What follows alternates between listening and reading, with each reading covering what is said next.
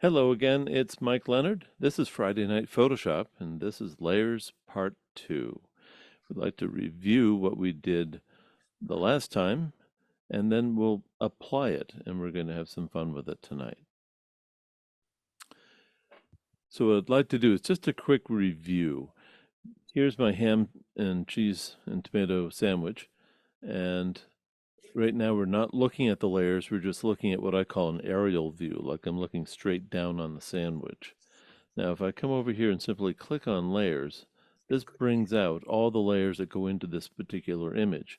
The shortcut for this is F7, function 7, just to bring out the layers here. And as you can see, this is a cross section of this sandwich.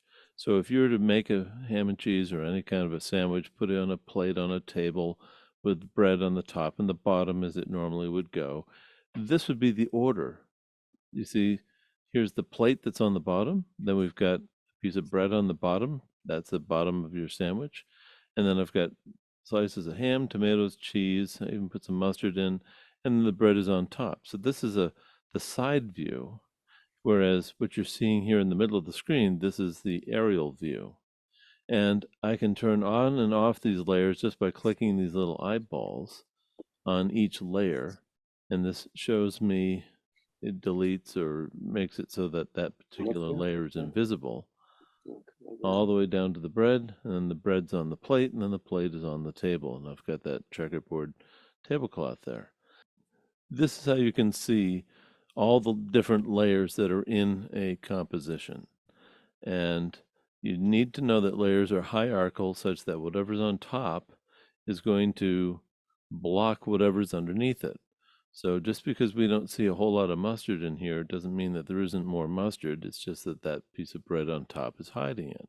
Next time you make a sandwich, as you put it all together and you put that top piece of bread on, it's not that all the contents of the sandwich disappear. They're all there, but you can't see it because the bread blocks the view, right? Well, this shows you what's underneath. And if you look at the sandwich from the side, this is what you're seeing. So I've just opened this image, and we can see immediately it's a background layer. Now, a background layer is, think of it as being your basement in your house. You can't go any lower. You can't put anything under it. You can put things on top, but you just can't go underneath. If you wanted to go underneath, what you need to do is double click on this layer and just call it layer 0. Nothing changes, but now I've got the ability to put something underneath if I were so inclined. Now, here's one other thing that we can do with this. If I do a Control J, that duplicates the layer. There's a couple of different ways you can do that. You could drag it down here to the plus, or you could go and do it other ways, but I just think Control J is the quickest way to do it. Now, here's a neat effect that we can do with a layer. So the bottom layer is nice and sharp. The top layer, what I'm going to do is go up here to filter, and I'm going to go to the blur filter, and specifically Gaussian blur.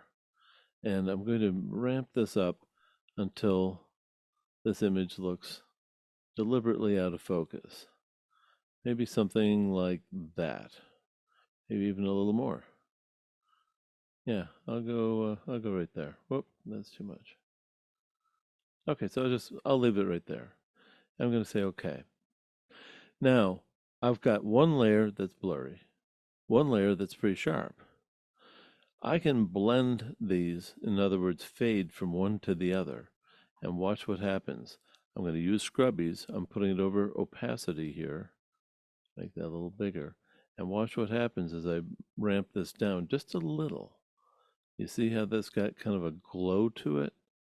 All right, I can go all the way down to nothing. That's the hard image. But if I bring this up, see how that softens it? Right there, it's just a kind of a soft look. And if I turn this eyeball on and off, we can see the difference. Isn't that kind of like that Hallmark card effect that you can make something look kind of dreamy? This might be a nice treatment to use if you're going to be creating a greeting card, or maybe you want to have some soft image so that you can then put text over it, or maybe use this for an announcement or make a postcard out of this. But this is how simple we can work with layers. And again, one is completely on top of the other. But what I'm doing is I'm just simply changing the opacity to show how much of the layer underneath is visible. And of course, if I go to 100%, well, we see that entirely blurry layer. If I go to 0, we don't see that layer at all. It's entirely the bottom layer. And somewhere in the middle, take your pick, wherever you might like it. Maybe right there. That's not bad. See, things are sharp, but they're also soft. And I just wanted to show how you can quickly take any image and soften it to give you that soft look. So let's use layers to create a greeting card. So most card sizes are 4 by 8.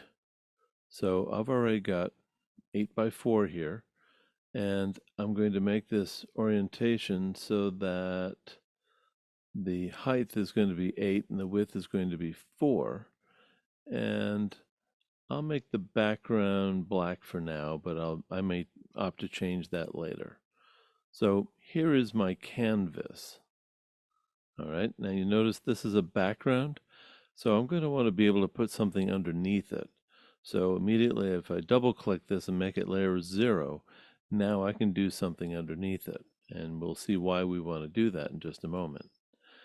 Now, if this was a mat, you know how you put a picture behind a mat? Or maybe you've seen some of those displays where you have a whole bunch of holes that are cut into a mat and you put pictures behind them. Well, that's what we're going to do here.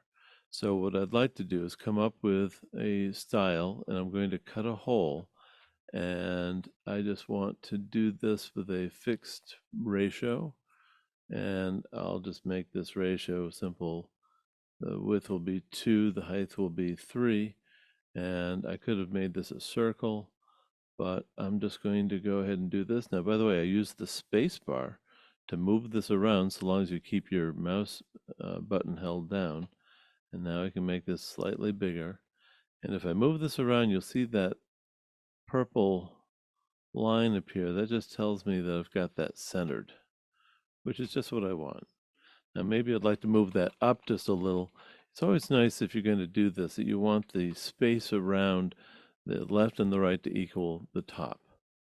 Now, if I just simply hit the delete key, what I've just done is cut a hole in this. Now, if you're following along at home, think about having a 4-inch by 8-inch piece of paper. And what you've just done is you've taken scissors or maybe an X-Acto knife and you just cut a hole so that you've got a hole in that. So this is like a mat, right? This could be a mat board, could be a piece of cardstock, whatever. Now I'm going to go and open an image that I'd like to put into that. And it so happens I have some new images. I was in Boothbay Harbor the other night, and actually in Boothbay they had this nice little lobster trap tree. I've already processed this in RAW, so I'm just going to open this file. Now, my original composition was only 8 inches by 4 inches, and that opening is going to be even smaller. So let's see how big is this image size. Now this is in pixels, so I just have to convert this to inches, and this is a huge file, much bigger than what I need. So if I just make this even 4, make this 4 by 6, that's fine, because I'll be able to manage that, right? It won't be giant. So to combine layers, you see how these are docked up here? This is my card that I'm going to have, and then this one right over here is the last one that I opened. If I just simply take and hold, click and drag that down, and then I'm going to take this background and I'm going to throw it in here, and I'm going to just close this one because I'm done with that now. Now, the only problem is I need to take this picture of the tree and put it underneath, because remember, layers are hierarchical. So I want that mask to contain this, and now I just have to size this. And the quickest way to do that is if I just right-click and say Free Transform. Now I can take this and move this around. And by the way, these tools will help you to tell you when it's centered. So there, that's centered. Now, if I had this, instead of black, if I had it white, you see what we're doing here? Once again, all we're doing is we're just taking this image and we're just moving it around underneath. This would be like moving a picture around in a mat. So I'm just going to put this right where I'd like to have it, right there. I'm going to make this background again black, so I'm just going to invert that. That's Control I to invert that just so you could see it. Now I'd like to put in a text layer, so I'm going to choose the text. And what font do I want to use? This can take a fair amount of time because I know I have a hard time trying to figure out which font that I want to use when I do a composition, but I've got one in mind that I think is going to look nice, and it's a one that you see it used a fair amount actually, this Trajan Pro. And now I'm going to pick a color. I know I'm stepping through a lot of different things here, but maybe I like that red. And then I'm just going to take the size of this down quite a bit. And I'm going to just simply click here. That gives me a sample of what it's going to look like.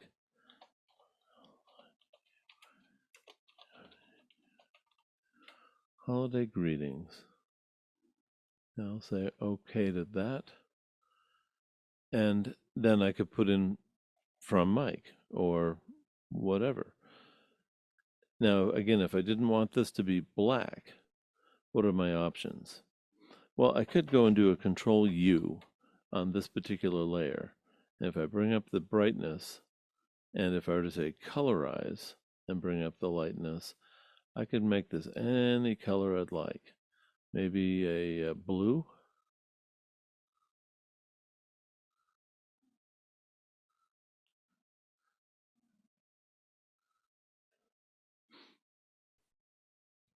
So that's a quick way to make a greeting card that I can about guarantee that you won't find on somebody's fridge when you go over to their house if you send a greeting card out. I don't know if you've had this experience. I used to use the store-made cards where they would have their own design and you drop in your picture. It looks nice until you go to somebody's house and you see the same design in the background with somebody else's image. It's not exactly original. So that's why I like to do my own. And the beauty of Walmart is that they actually have in their category of greeting cards, full card, which is 4x8. And it's 39 cents. And you can send it up and you even get a envelope for that. And you can do it single lots or lots of 5, 10, 15, whatever. I think if you go over 100, I think they'd drop the price. But you see, you can make your own card, though. That's the beauty of this. And you could do a whole lot more. This could be another image out here that you could tip out of focus. This could be add more text. Sky's the limit. But the beauty of this is now next year you could take and put in a different image. And look at how this would work. Let's see if I find another image that might work well in there. Let's go back to, oh, we could put a flower in if we wanted, right? So I'll just open up this flower. And again, I simply undock it, move it out of the way, and I take this background, I simply throw it in here. Now you see that's on top, so I don't want that. I want this to be underneath that mask or underneath that mat. And now if I just go and click on this and say free transform, you can see how big that image really is. So I got to bring this down quite a bit and put it back in here. I'm just using my mouse wheel to quickly resize this. But you see what we're doing? Again, this is just like a mat where you move the image around inside the mat. But the beauty of this is you can change the size of the image. You can make it bigger or smaller. You can't do that easily with a picture in a mat. Now I'll say, all right. So you see, I've just changed this greeting. And so I could have either a tree or I could have this. And by the way, if I save this, the way to save this so that I have these editing options available to me is to save it as a Photoshop file, which is a PSD, .pst. And that way, when you open this again in Photoshop, it gives you all of these abilities to go and further manipulate and edit this. Mike, I have a question. Yes. How, can you put a frame, an inner frame that matches the holiday greetings around the flower? Would you use the effects or, Yeah, for if I come down here and put like a stroke stroke? in Yeah. here, I can just add a stroke just like that. Mm-hmm. And then I can change the color of that stroke to be whatever I might want. Maybe I'd like this to be kind of a holiday theme, and I'd like that to be green and maybe green. That's just coming down here to FX and then choosing stroke. And we can change the size of that to whatever we want. And we can't even change the opacity. So if we wanted that, although it doesn't seem to make a lot of sense to do that, I think you'd want that to be all the way up. So the short answer is yes. Yep. Again, this is pretty simple, but can you see where this is really liberating? Now, by the way, I just have a single box here. What's to say that I don't do a bunch of boxes? And I could put a different picture in each one. So I'm going to create a new composition, and this time I think I'll do this horizontal, and maybe I'll make the background white because that might be a little bit easier just to see what it is I'm doing. Now, I want to create a new layer on top of this, and so I'm going to hit the plus key. And you see that's just created a layer. Now, maybe what I'd like to do is take and create a box.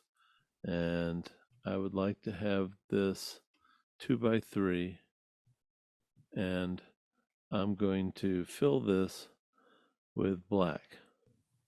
Now, I'm going to do a Control J and another Control J, and what I'm doing is I'm duplicating this layer. So if I go to the Move tool and click on layer number 2, I can move this over to here. And if I go to this other layer, I can move this over to here. All right, maybe I'll place that there. So now I've got these 3 boxes that I've got kind of randomly put up here. Now, if I were to choose this top layer and the background, and to do that, all I do is click on this top layer and then control click on the background. So you know which layers are selected because you see how these are a lighter gray than these here in the middle. So these are the only ones that are selected. Now in this move tool, I've got some abilities here I could center based upon the background. This would be align the horizontal centers, or I could align this vertically. So let's just see what these do. If I do vertical, watch that one on the far right. Well, that didn't do much because it was already centered. But if I do this in this direction, see what it's just done? It's just put it into the center. And let me shut these 2 eyeballs off. You see, it's just put it right there. Now, let me just go and throw this up here just so we can better illustrate this. So once again, if I choose that top one and the bottom one, now if I come up here and say, let's center this based upon the vertical center, see it just moved it down. And if I wanted to put this in the center of this whole composition, I can put it right there. So that's how we can center objects on a page. Now, what if I have multiple objects? Well, let's just immediately I can do this, And this is pretty clever because I can just go and move these, and this is going to tell me when they're centered. It's that easy. But what if I had these a little bit off center? And how I'm choosing these, by the way, if I right click, this is telling me what's on top. Layer 2 is copies on the top. That's what the black box is. And then the background is in the bottom, right? So if I just were to, oh, is that layer locked? Oh, because I went to the background. Okay. So if I choose this layer 2, and let's say if I were to move this up, and maybe I'd like to create one more box. So I'm going to do a Control J. And I'm going to show you something that we can do here. I'm going to take this one, move it up, take this one, move it down, take this one, move it down, and look at what it's doing. This is automatically spacing these, so I could have one picture down, one up, one down, one up. Now these could be photos, and I could be moving these all around like this. Now these as a whole are not centered on the screen. And so watch what happens if I were to choose all of these layers. And if I said, well, okay, I think I'd like to center them. Well, it's just going to put them all right on top of each other. We don't want to do that. No. So instead, what we would want to do is by choosing all of these, we can now come in here and just move this whole composition around until we see that vertical line and that horizontal line, and that tells me that that's centered. Now there are some other tools that can be used. I could take this one here, which is on the bottom, and I could take this one here that's on the bottom, and I could choose both of those, and I could use this tool here to say, all right, make sure that both of them are on the bottom. What if I had this one that was just a little bit cockeyed, just up just a little bit? And if I wanted the ones on the bottom row here to be equal, again, if I hit this tool, it's just going to move that one down. And likewise, if I have something that's a little out of whack and I want these to be lined up, but if I take the ones that are up, these are the two, that one and that one, right? And over here, I'd say we want to align them to the top edge, and that's just aligned them. So we've got some symmetry going on here is what we're doing. So now what I'm going to do is I'm going to choose all of these layers, and I'm going to go to layers and I'm going to say merge layers. Now there's a shortcut for this, and that's Control E. This is only going to merge those layers that I've chosen. And if you look at this, they're all one now. So I've got these boxes that are in its own layer. And what I'd like to do is to be able to cut them out of this bottom layer. So a quick way to do that is to come over here and use this magic wand tool, and that's selecting, I have to be on this layer, and this is going to select everything around this, but I need just the reverse. So if I go right click and say select inverse, now if I come down to this layer, I should be able to hit the delete key, and that has just now created these holes, so I can now drop pictures in behind it. So now what I want to do is drop some pictures in behind each of these holes. And I'll just go randomly grab some pictures. So maybe, how about a lighthouse? I'll take this image. And again, all I have to do is undock this and just take and place this in here. And I'll close this. And now I'm going to use this move tool and click on this, but the problem is it's in the wrong place, right? So I know I have to put this underneath that layer, and now I need to use this rectangular marquee tool to go to free transform, which is a really big image. It helps if you resize these up front, by the way. So let's just make this fit.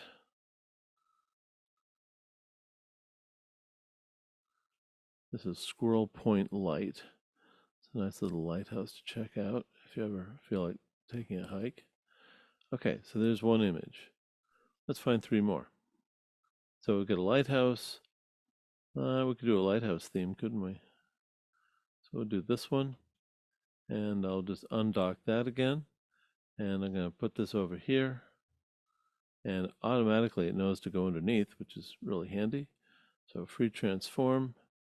See, that went a lot easier because that was a little smaller sized. So there's that one. And let's go do this again. There's kind of a pattern here, isn't there? Do I have 2 more lighthouses? I got this one. Yeah, I'll use that.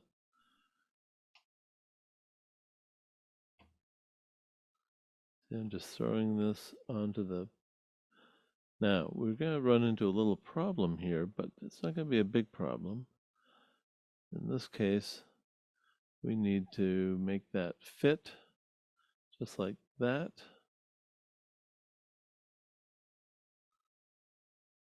And I can use the cursor keys to nudge this, by the way. There we go. Now look at this. This is spilling over into this composition, isn't it? Well, one quick fix for that would be just to move this under that one. But in this case, I'm going to do something else that's a little bit different. If I just simply go over the area that's affected on the layer that I'm working on and just hit the delete key, you see what we've done there? All I'm doing is I'm just putting pictures in here. That's all I'm doing. And let's go find one more. Oh, please have another lighthouse. And you notice these are all over the map, right? I'm going to take this one and immediately flatten it because I don't need all of that. And then I'm going to pull this down and I'm going to put this over here. Once again, this is a pretty big image. Free transform and move this up here.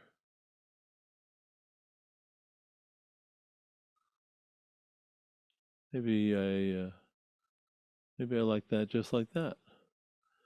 And once again, I'm going to have to just draw a box here, a loose box, and just hit delete.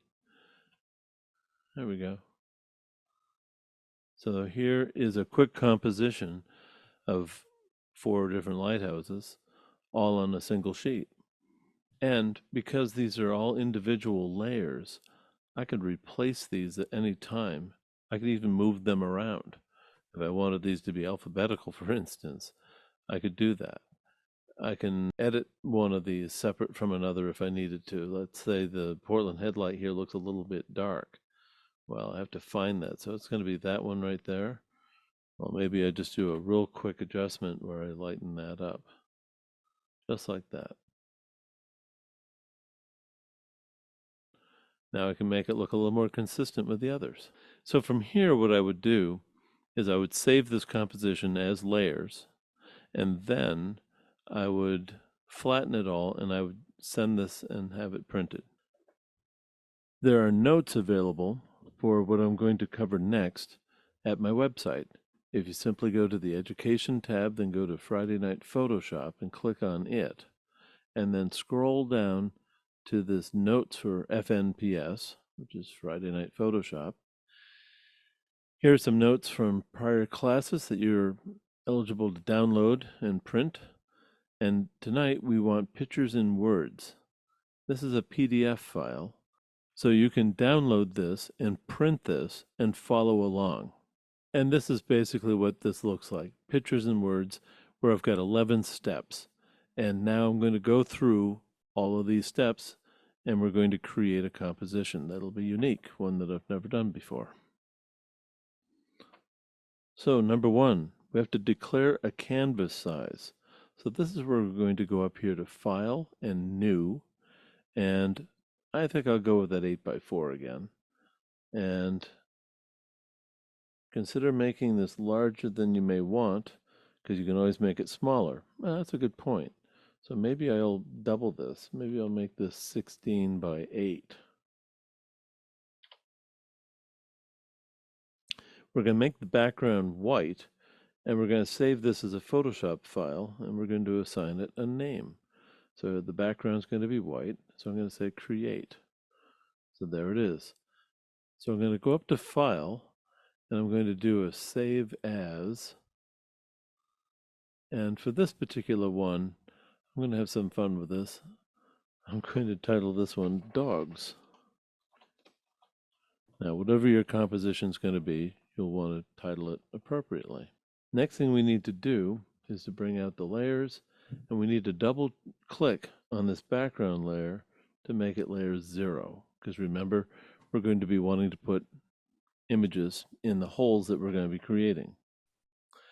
Next, we're going to use the type tool, and we're going to choose a font that's pretty thick so the image can be seen in the letter. You could use thin fonts, but you're not going to see much of your image. So consider using a bold font using character attributes to resize the letters to fill the page. So I'm going to go over here to the type tool, and I'm going to go look for this one, and I'm going to type this word.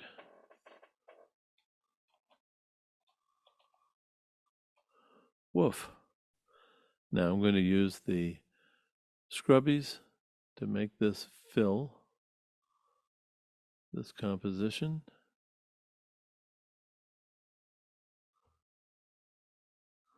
I need this to be a little bit bigger, and I need it to fit onto the page. Oh, and I need this to be black. So there we go. So as step number 2 says, resize as needed to fill the canvas, yet leaving a little space around the edge. So I'd say I've done that. So there's the word. Step number 3, on the newly formed text layer, use the magic wand tool and click outside the letters to make a selection. Be sure to shut off continuous at the top of the screen so that letters with boundaries like the letters B, D, E, G, O, P, and Q will have their middles cut out.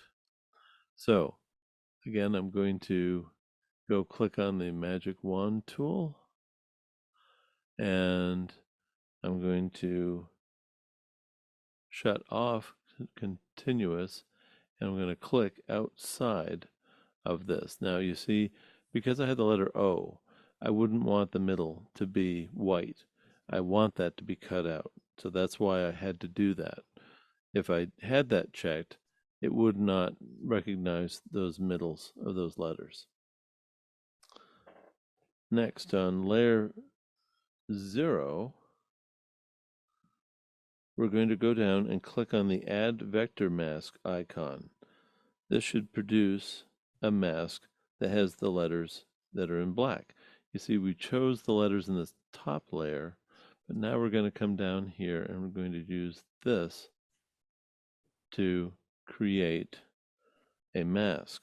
Now shut off the eyeball in the text layer, which I'll do right there. And we should now have a mask with transparent letter openings where you'll place your images behind. Now we don't want to discard this initial layer. We're going to be needing to use that later. Next, what we're going to do is step number 5. We're going to open and resize as many images as needed to fill the composition. So let's go find 4 images that might fit this composition. So let's open this one first. That's pretty nice. Nice, good dog. And I'm going to resize this right now so that it won't be so unmanageable. So I'm just going to say, what if this was 5 inches by 3 inches? That'll be fine. Actually, I did this bigger, didn't I? So I need to have that a little bigger. Well, maybe I'll just do it the full size. That's okay. So I'll open this image. And now what I'm going to do is just simply undock this image. And I'm going to take this background, throw it in here, close this. I don't need to change that or save that. And now I need to put this underneath. Now, by using the rectangular marquee tool and then right-clicking and saying Free Transform, now the mission is to try and find the best letter that this dog will fit in. And I'm sort of thinking the letter F might be a good one. This is where you have to get a little bit creative, because when you take a picture looking through a viewfinder, usually you're thinking of it as either being a rectangle that's more portrait or horizontal. You're never thinking about how would this look in the letter F or the letter O or what have you. So let's go find another dog. Oh, this is a cute one. So we'll open this one. So that's just been opened. I'm going to drag this down, and again I'm going to move this over, and you can see that's a pretty big file. So I'm going to right click and say free transform, and I'm going to try and find what letter would this dog fit best in. Would it be the W? Or maybe in one of the O's? I think the O might be good for this dog.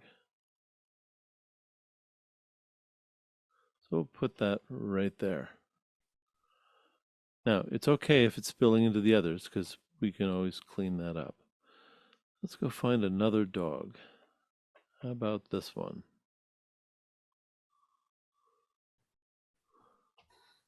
And just like before, I'm going to drop that, move this over, close this. We don't need to save that, and free transform. This does get kind of repetitive, I know, but this is good, I think, a good repeat so you can see how this works. So I'd like to see more of the dog's face. So this is sometimes where you get a little sneaky and you might have to stretch it just a little bit. The dog will never know. Okay, now I got to find an image that'll fit for the letter W. And this one might be good, but you know, that one might be good too. Let's try this one. Now I've pretty much pre-edited these, and these are images from a dog park down in Florida. You know, dog parks are a great place to go to photograph. Make some really wonderful and fun photographs. Dogs are wonderful to photograph. Oh, I think that's going to work really nice. So we're going to put that dog right there. All right.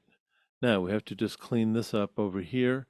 A couple of different ways I could do that. I could just take the eraser tool and use the bracket keys to open that up a little bit, and then just go in and erase that portion. That's all we have to do. Oh, but you know what? That doesn't fill in that letter there properly, does it? So we need to adjust that. So this is where I just need to maybe make that a little bigger just to go and fit there. Maybe I need to squeeze this down just a little bit to make that work. This is where you could use content aware fill, or maybe what I'll do is I'll just cheat, and I'm going to grab the clone stamp tool, and I'm going to steal from here to paint in there. Somehow I don't think anybody will notice. All right, so there's my composition. Now, mind you, you could pick any word, and you could have any number of images, you know, based upon the number of letters in your word. If you wanted to have a little bit of fun, you could take the word miscellaneous and put a whole bunch of pictures in there. Whatever you want to do. Again, that's the beauty of this.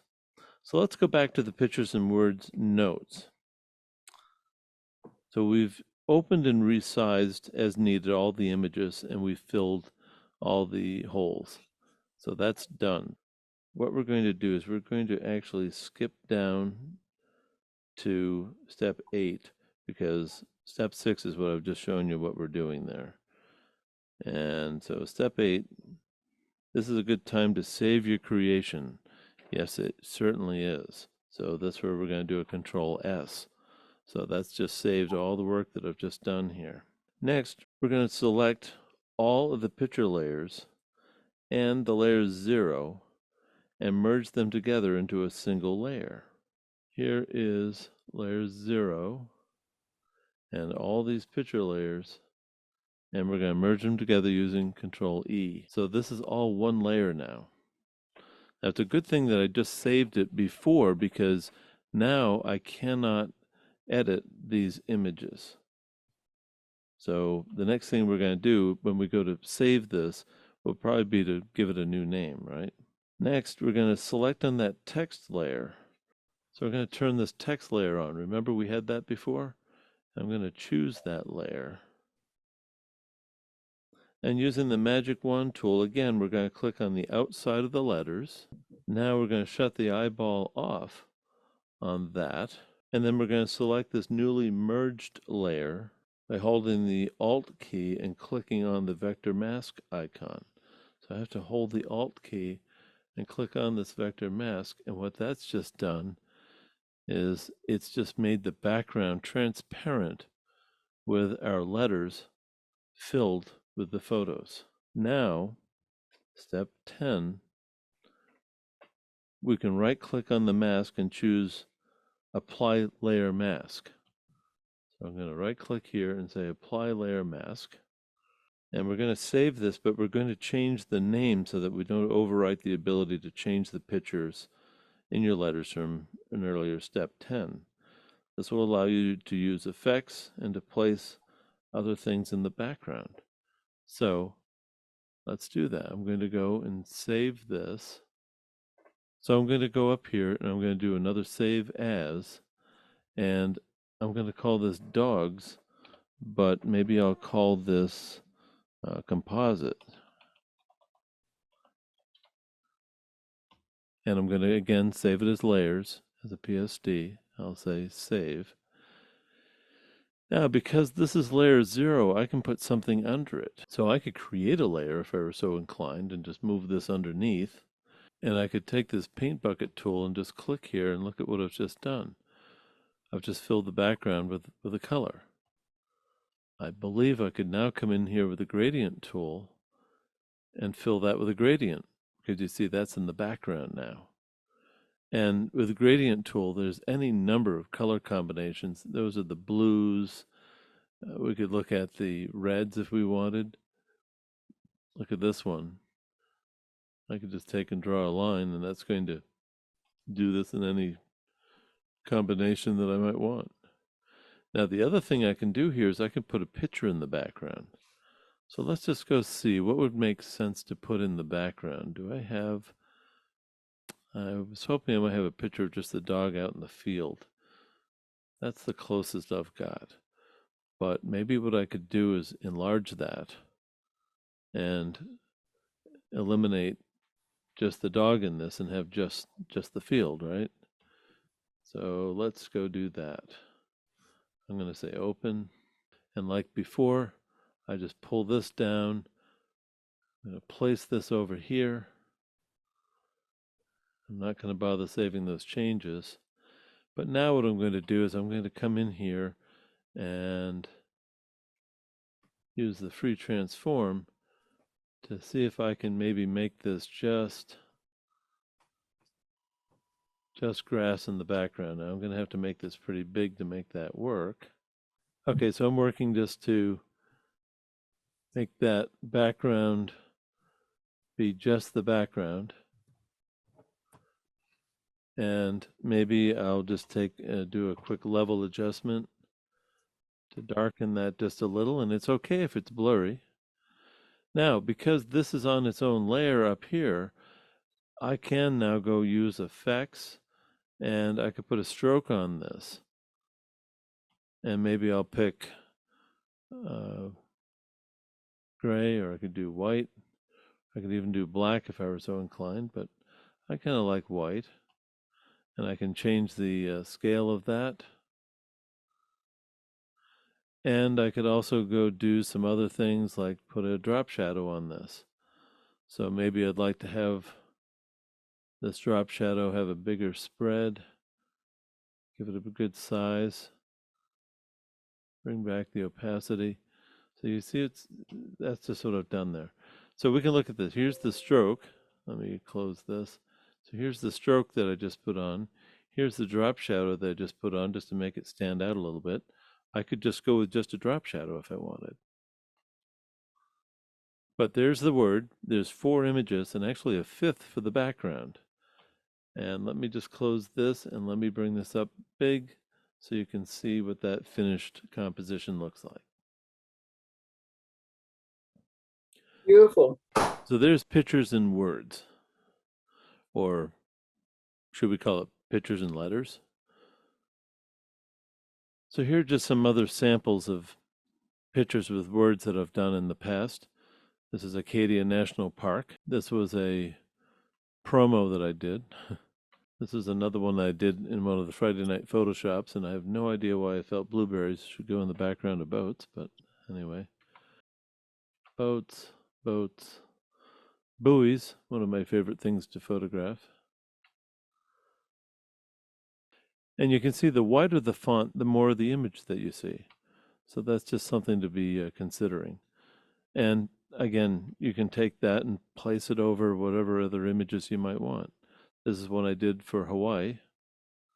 Here's light, Maine, more images from around the state. Orchids, that was a fun photo shoot we did many years ago. And you'll notice with this one, I put a little bevel on the edges. We could do that with the woof. More buoys, just different fonts. Okay, so just as I could put in these different effects with stroke and drop shadow, there are some other effects that are available. And if I go to this one called Bevel and Emboss, what that's going to do is it's going to put a nice edge around these letters. And you can see it's already put one there. But what I need to do is to make the depth a little more. And the size will make this a little bigger. And see what we're doing? This makes it look like it's embossed. You can see it here on the W. And this is an effect that you can go and experiment with. And it just gives it that nice 3D kind of a look. And we can soften it just a little bit. Doesn't have to be quite so hard. And perhaps that's an effect that you might prefer. And we can couple that with like the drop shadow. And maybe what we'll do is won't make that drop shadow quite so apparent. We can just take that opacity down. But if we just put it in there so it's just subtle. See what we're doing there? Just subtle. And we'll say, okay. We can see what this looks like before and with and without. If I just click this eyeball, that's without, and that's with. I think I like it with it. It's one of those things that if you didn't know that it was there, but it is there, you like it. So I think that looks pretty good. So there's layers part 2, and I can't wait to see what you folks create. This is Mike Leonard. Thanks for watching.